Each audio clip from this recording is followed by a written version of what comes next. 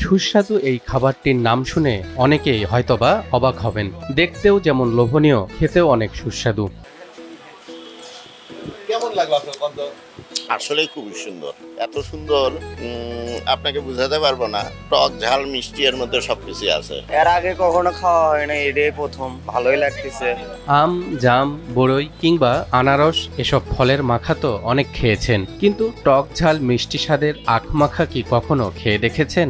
আখ মাখাটা হচ্ছে জুসি টাইপ। আখের যে রসটা এবং ঝাল যে মশলার ফ্লেভারটা, এটা মিলে একটা জুসি টাইপ ফ্লেভার আসে। এটা ঝাল মিষ্টি এবং টকটক, এই ফ্লেভারটা খাইতে অনেক মজা লাগে। আমার কাছে মনে হলো যে এটা একটা সুস্বাদু খাবার হতে পারে, তো হয়ে গেছে।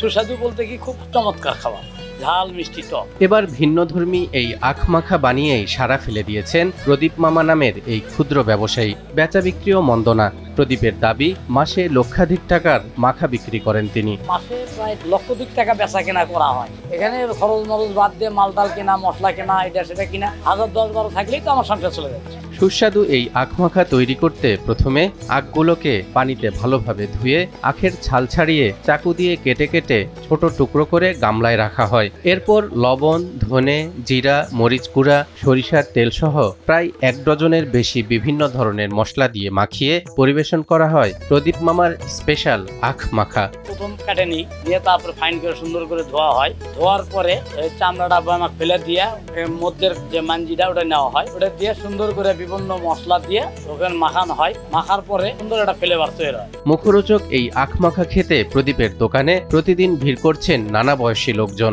ফার্স্ট এখানে প্রদীপ দাদার এখানে দেখলাম এই আখ মাখাটা। অন্য জায়গায় আসলে খাওয়ানি, জীবনের প্রথম ফার্স্ট এই আখ মাখা একটা খাওয়া আসবে।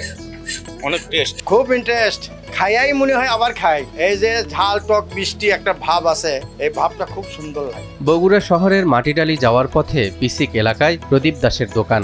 শহরের মোগলিশপুর এলাকার প্রদীপ প্রায় 1 যুগের বেশি সময় ধরে এখানে ফল মাখার দোকান করছেন। পদ্মা সেতু, মেট্রো রেল এবং এলিভেটেড এক্সপ্রেসওয়ে নির্মাণের গর্বিত অংশীদার বসুন্ধরা সিমেন্ট। এই আখ মাখাটা কিছুদিন আগে থেকে, মানে অল্প সময় থেকে মাখা শুরু করার পরে দেখলাম যে বাজার বিস্তার লাভ করছে। খুব ভালো, ছেলেপেলে ছোট সব ছেলেপেলে খায়, বয়স্ক লোক খায়। একসময় কাঁচা তরি তরকারি বিক্রি করতেন, পরে সেই ব্যবসা ছেড়ে দিয়ে ফুটপাতের ব্যবসা করেন আরও প্রায় 1 যুগ। এরপর স্থানীয় মার্কেটে দোকান ভাড়া নিয়ে শুরু করেন বিভিন্ন ধরনের মাখা। ছোটবেলা থেকে কাঁচামালের ব্যবসায় জড়িত। কাঁচামালের ব্যবসা করতে প্রায় 18-20 বছর। 3 নম্বর রেলগেটে অনেক আগে থেকে। সেখান থেকে রেল লাইনের উপর খালি ভাঙে দেয়, এটা করে সেটা করে। তো এখন বললাম যে না, বাড়ির কাছে একটা দোকান দিই। প্রদীপের দোকানে পেয়ারা, লেবু আর আনারস মাখা সহ বিভিন্ন ধরনের মাখা পাওয়া যায়। তবে সবকিছুকে ছাপিয়ে নজর কেড়েছে এই আখ মাখা। বর্তমানে তো লেবুর পিকনিক তো হাইলাইট। এই যে লেবুটা দেখতে পাচ্ছেন, এই লেবুটা প্রথম এখান থেকে ভাইরাল শুরু হচ্ছে।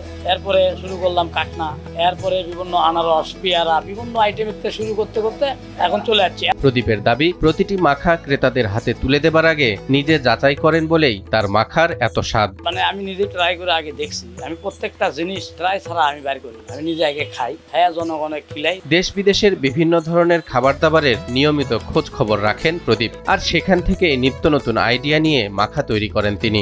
টুকটাক করে ব্যবসা করতে করতে মেমোরি খেলায় যে এই ধরেন ঢাকাতে কি বানাচ্ছে, তারপরে আপনার বিদেশে কি বানাচ্ছে, এগুলো লোকেশন আস্তে আস্তে পাওয়া যায়। আপনি পাতে পাতে আমি দেখি নিজেই ট্রাই করে বাজারে ছাড়ার একটু টুকিটাই করে সাথে সাথেই